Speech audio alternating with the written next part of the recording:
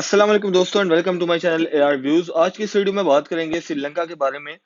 سری لنکا کے اندر ایمرجنسی نافذ ہو گئی ہے اور سری لنکا کے جو حالات ہیں بہت خراب ہیں. اکنامک کرائسس کا شکار ہو چکا ہے سری لنکا، اور یہ ایسا کیوں ہوا اور ابھی وہاں پر کیا حالات ہیں اس بارے میں ڈسکس کرتے ہیں اس ویڈیو میں.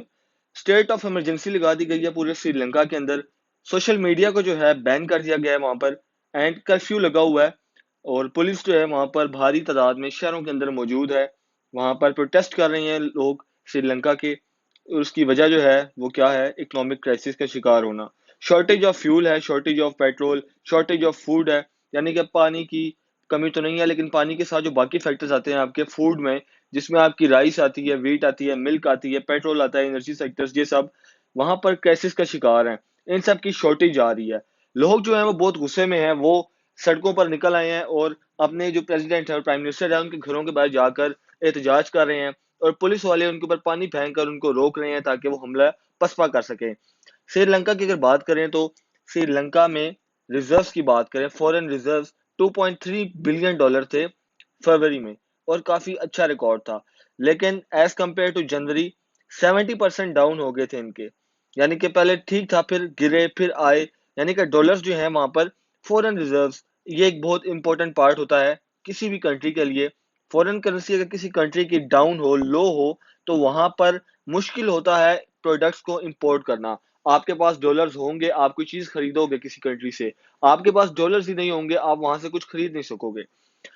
ان کو مسئلہ یہاں پر بیسک کیا آیا؟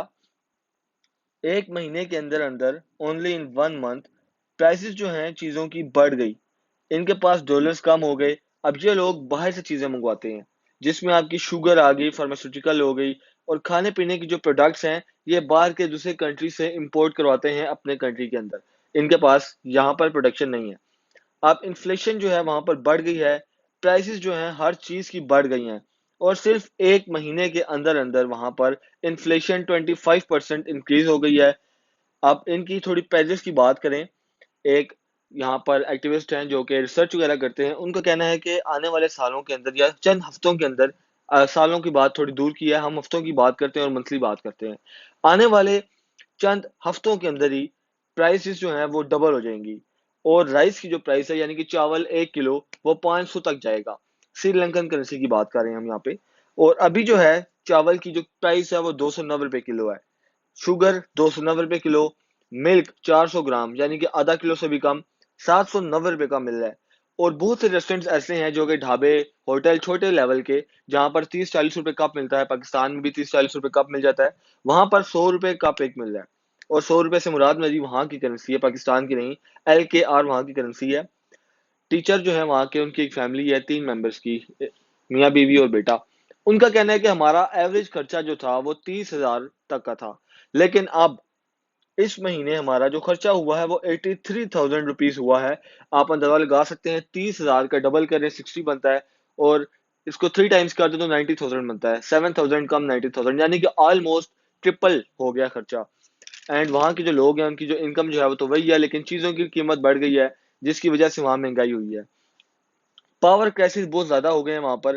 بجلی جو ہے وہ امپورٹ کی جاتی ہے دوسرے کنٹری سے. سری لنکا اپنی خود پروڈیوس نہیں کرتا، کیونکہ ان کی جو کنٹری ہے وہ چلتی ہے ٹورزم کے اوپر. اس بارے میں بھی ڈسکس کریں گے. 12 سے 10% تک جو ہے ان کی ٹورزم پہ اکانومی بیسڈ ہے. اب وہاں پر پاور شارٹیج یا پاور کرائسس ہے، اور یہ امپورٹ کرتے ہیں وہاں سے. تو 4 گھنٹے صرف بجلی آتی ہے 24 گھنٹے میں سے، یعنی کہ بہت کم اماؤنٹ میں آتی ہے. 4 گھنٹے بجلی میں آپ کیا کریں گے؟ آپ کیا پروڈکشن کریں گے؟ آپ کیا کمپنی میں پروڈیوس کر کے سیل کریں گے؟ تو 24 آورس میں سے صرف 4 گھنٹے بجلی اویلیبل ہے. وہاں کے جو انرجی منسٹرز ہیں ان کا کہنا ہے کہ جو اسٹریٹ لائٹس ہیں، سڑکوں پر لائٹیں چل رہی ہیں، ان کو بند کر دیا جائے تاکہ ہمارا ایکسپینس کم ہو سکے، تاکہ کچھ کنٹرول کیا جا سکے. کوکنگ گیس جو آپ کی آتی ہے، جو گھر میں آپ کی سوئی گیس آتی ہے جس پہ آپ کھانا پکاتے ہو، ویک میں 1 دن سپلائی آتی ہے اس کی. یعنی کہ انرجی کی شارٹیج بھی ہے وہاں پر. پیٹرول کی شارٹیج ہے. پیٹرول پمپس کے باہر لمبی لمبی لائنیں لگی ہوئی ہیں، اور لوگ جو ہیں پیٹرول ڈلوانے کے لیے وہاں پر لمبی لمبی لائنوں میں کھڑے ہوئے ہیں. نیوز پیپر جو وہاں پر پرنٹ ہوتے ہیں وہ کم ہو گئے ہیں پرنٹ ہونا، کیونکہ وہاں پر میٹیریل جو ہے پرنٹ کرنے کا سامان جو ہے وہ کم ہے. پیپر، انک وغیرہ جو بھی سب سامان استعمال ہوتا ہے وہ کم ہے. اس کے علاوہ جو پوسٹ پون کر دیے گئے ہیں اسکول کے ایگزامز، وہاں پر اسکول کے ایگزام پوسٹپونڈ ہو گئے ہیں کچھ ٹائم کے لیے. لوگوں نے کنٹری چھوڑنا شروع کر دی ہے, لوگ اپنا ملک چھوڑ کر دوسرے ممالک میں جا رہے ہیں. گیس کی پرائس جو سلنڈر کی ہے وہ پہلے 3,000 تھی, اب اس کو 4,200 تک لے گئے ہیں, کیونکہ مہنگی ہے باہر سے آ رہی ہے تو پرائسز بڑھ گئی ہیں. اب 17 مارچ 2022 کو انہوں نے $1 بلین کی کریڈٹ لائن مانگی ہے مختلف کنٹری سے. اب ڈیپٹ پیمنٹ کرنی ہے, یعنی کہ قرضہ لیا ہے اس کی ادائیگی کرنی ہے چائنا کو, ان کے پاس پیسے نہیں ہیں. اب سری لنکا اپنے کنٹری کو بچانے کے لیے ہاتھ پیر مار رہا ہے, یعنی کہ ورلڈ بینک کے پاس جا رہا ہے, IMF کے پاس جا رہا ہے, انڈیا سے ہیلپ مانگ رہا ہے, چائنا سے, مطلب 4-5 جگہوں پہ گیا ہے. اور بہت جلد جو ہے ان کے پریزیڈنٹ جو ہیں وہ جائیں گے یونائٹڈ اسٹیٹس میں, واشنگٹن DC میں, وہاں جا کر وہاں کے پریزیڈنٹ سے ملیں گے اور ڈسکس کریں گے اسٹرکچر کیسے سری لنکا کو بچایا جائے. چائنا سے ریکویسٹ کی ہے کہ وہ ڈیپ پیمنٹ کو ریسٹرکچر کرے تاکہ ہمارے حالات بہتر ہوں. $1 بلین انڈیا دے رہا ہے گیس کی فارم میں کریڈٹ لائن ایشو کر کے, ایڈز دے رہا ہے. اور بات کریں 2018 کی, 2018 میں ٹورزم جو ہے وہ بہت اچھی تھی. ان کی جو اکانومی ہے وہ 10% سے لے کر 12% تک جو ہے ٹورزم پہ چلتی ہے, یعنی کہ لوگ یہاں وزٹ کرنے آتے ہیں, باہر سے ڈالرز لے کے آتے ہیں, یہاں اسپینڈ کرتے ہیں, اور ریکارڈ رہا یہاں پر 2.3 ملین ٹورزم یہاں پر رہی ہے. اتنے ٹورسٹ دوسرے کنٹری سے یہاں پر آئے ہیں. لیکن اپریل 2019 کے اندر بم باری ہوئی یہاں پر, 3 چرچز کو, 3 ہوٹلز کو نشانہ بنایا گیا. یہاں پر 290 لوگ مرے ہیں, جن میں 45 لوگ جو تھے وہ فورنرز تھے. تو آپ کسی کنٹری میں کوئی گھومنے پھرنے تو جائے گا نہیں جہاں پر بم دھماکے ہو رہے ہوں. اگر میں پاکستان میں ہوں تو میں ایسے کسی کنٹری میں نہیں جاؤں گا جہاں بم دھماکے ہو رہے ہیں, جہاں مجھے لگے میری جان خطرے میں ہے. تو وہاں پر ٹورزم ایک دم سے بیٹھ گئی, وہاں پر اب کوئی ٹورزم نہیں جا رہا. اور چرچز میں لوگ مرے, ہوٹلز میں مرے. اب اس کی وجہ جو ہے وہاں پر ریلیجیس بتایا جا رہا ہے کہ وہاں پر بم دھماکے کرنے والا ایک خاص گروپ ہے ریلیجیس جو کہ بم دھماکے کر رہے ہیں. اور وہاں پر 2 ریلیجن کے لوگ آمنے سامنے آ گئے ہیں, یعنی کہ کرسچن کہہ لیں ایک ساتھ, دوسرا کہہ لیں, وہ دونوں آپس میں لڑ رہے ہیں, وہاں پر پتھراؤ کر رہے ہیں, دوسرے کی پراپرٹیز کو نقصان پہنچا رہے ہیں. اور اب وہاں پر کرفیو لگایا گیا تاکہ ان لڑائی جھگڑے دنگے فسادوں کو روکا جائے, اور اس کے لیے کنٹری مختلف اقدامات کر رہے ہیں. فیس بک کی بات کریں, فیس بک کا بھی ایک کردار ہے اس معاملے میں, سوشل میڈیا کا بھی ایک کردار ہے کہ یہ پروموٹ کرتا ہے دنگے فساد, لڑائی جھگڑے, یعنی کہ اس کو بین نہیں کیا گیا. اسٹرکٹ پالیسیز نہیں ہیں یہاں پر, ایسی پوسٹ کی جاتی ہیں جس سے نفرت پیدا کی جائے. اور ایک ویڈیو بھی آپ کو نیٹ کے اوپر مل جائے گی کہ فیس بک نے کیا کیا. اب فیس بک نے اپولوجی کی ہے سری لنکا سے, کیونکہ وہاں پر انہوں نے ایک کمپین چلائی ہے فیس بک کے اوپر جس میں ایک ریلیجن کو ٹارگٹ کر کے وہاں پر کہا گیا کہ ریسسٹ ہیں, اور بھڑکایا گیا وہاں پر اس چیز کو, تو سوری کہا گیا. اور وہاں کے جو حالات ہیں وہ پیراڈائمک کی وجہ سے بھی کافی خراب ہوئے ہیں, کووڈ کی وجہ سے بھی, کیونکہ کووڈ آیا 2019 میں, ساری ٹورزم پلیسز بند کر دی گئی, لوگوں کا باہر نکلنا بند ہو گیا, تو ٹورزم ویسے ہی بیٹھ گئی. اب ان کے پاس اتنے پیسہ نہیں ہے کہ باہر سے کچھ منگا سکیں, کچھ خرید سکیں. اب ان کے پاس جو بھی بچا ہے اس کی بات کریں تو 1 ہفتے تک یہ امپورٹ کر سکتے ہیں باہر سے کوئی بھی چیز, کھانے پینے کی ہو گئی. اب 1 منتھ کی گڈس سے خالی پرچیز کر سکتے ہیں, یعنی کہ 1 مہینہ مزید کام چلا سکتے ہیں اور چیزیں وہاں سے خرید سکتے ہیں دوسرے کنٹری سے. ہمارا کنٹری جو ہے بہت سی چیزیں جو خود پروڈیوس کرتا ہے. یہاں پر میں ایک سب سے اہم پوائنٹ ہائی لائٹ کرنا چاہوں گا, وہ ہے امپورٹ ایکسپورٹ. یہ ایک بہت اہم کردار ادا کرتی ہے کسی بھی کنٹری کے لیے. پاکستان جو ہے وہ قرضے میں کیوں ڈوبا ہوا ہے, کیونکہ یہاں پر امپورٹس بہت زیادہ ہیں, ایکسپورٹس بہت کم ہیں.